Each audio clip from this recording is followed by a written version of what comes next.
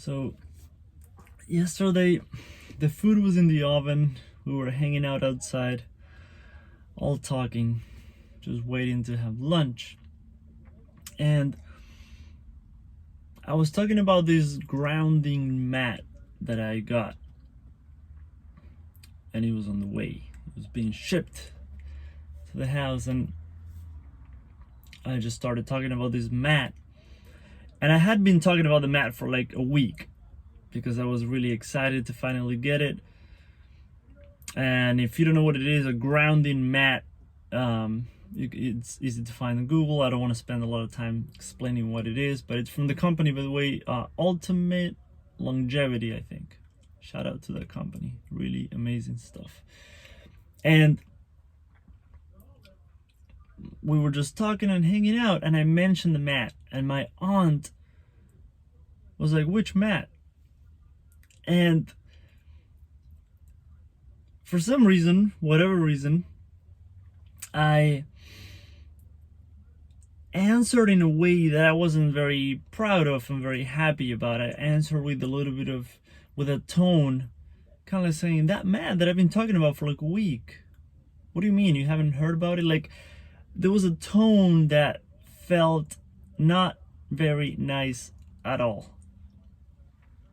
And immediately I kind of felt bad, so I explained a little more about the mat and went inside because food was almost ready. So I went to my room to get something, came back out, now to the kitchen because everyone was hanging out in the kitchen. And everyone was there. The way I talked that way, it was to my aunt. So I came out of my room and I said, "You know what? Like, sometimes I just have this way in which I answer things with a tone that I really don't like. I don't like the way that sometimes I get triggered or I answer in a way which doesn't feel good to me." And I told him right away, like, it's not like I'm just gonna beat myself up with a baseball bat because of how bad I feel, but it's just something that I don't like about myself. I don't like that sometimes to my parents or to other people, I respond in a way in which the tone, the energy behind the words feels very crappy to me. Feels very unloving, feels not very compassionate at all. And there could be many reasons as to why that came out. I'm not going to go into that in this video. But what I want to share is that as soon as I spoke that out loud, as soon as I told them, like, this is how I feel about what happened. I'm not being too hard on myself. I'm just being very, very honest about what happened and how I feel about that part of my personality. As soon as I said that, I felt some kind of relief. But also what happened, which was really interesting, is like everyone, like, I noticed like they had a smile on their face. So my aunt right away was like, "Oh, don't worry, like, that happens and you don't need to apologize." And she was like very grateful and thankful and looked like it was really nice for her to receive that. And then my cousin was smiling and she told me, like, "Yeah, I noticed that when that happens to me too. It happens a lot."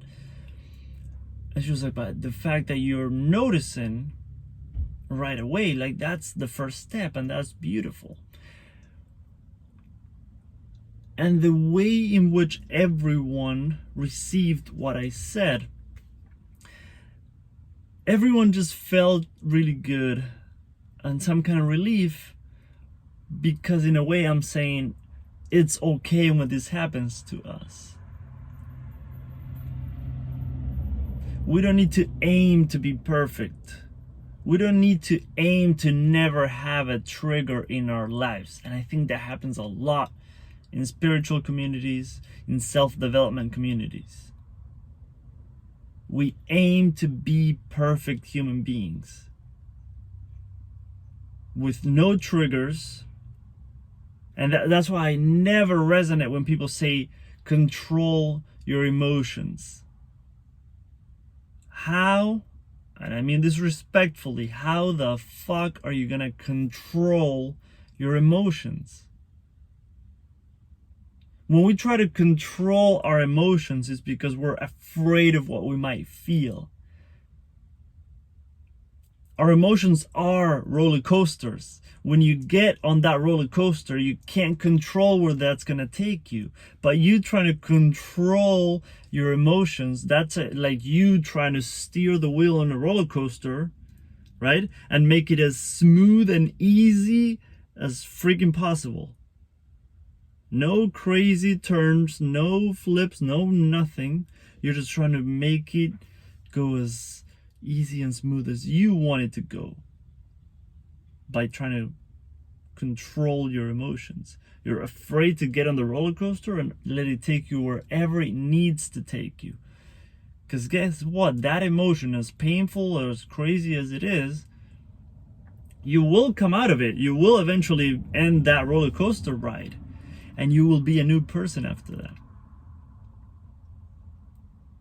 In a positive way. If you're navigating that emotion through the eyes of self-acceptance, self-compassion, forgiveness, self-love, self-worth, if you include those in your GPS as you're navigating that emotion, you will come out of it transformed in a very beautiful, positive way.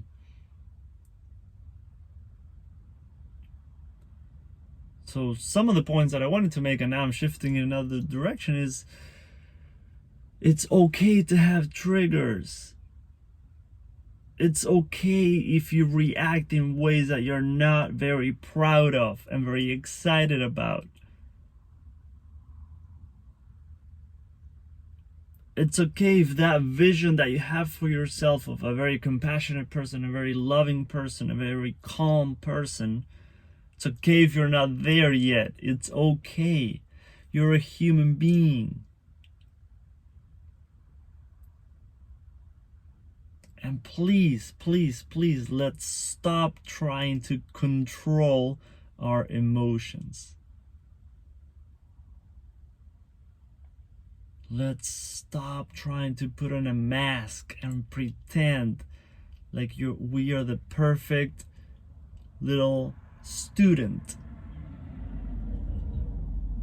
never getting anything wrong. It's okay to be however, wherever you are. If you know one person this would be helpful to, please share it with them. I'll be back tomorrow.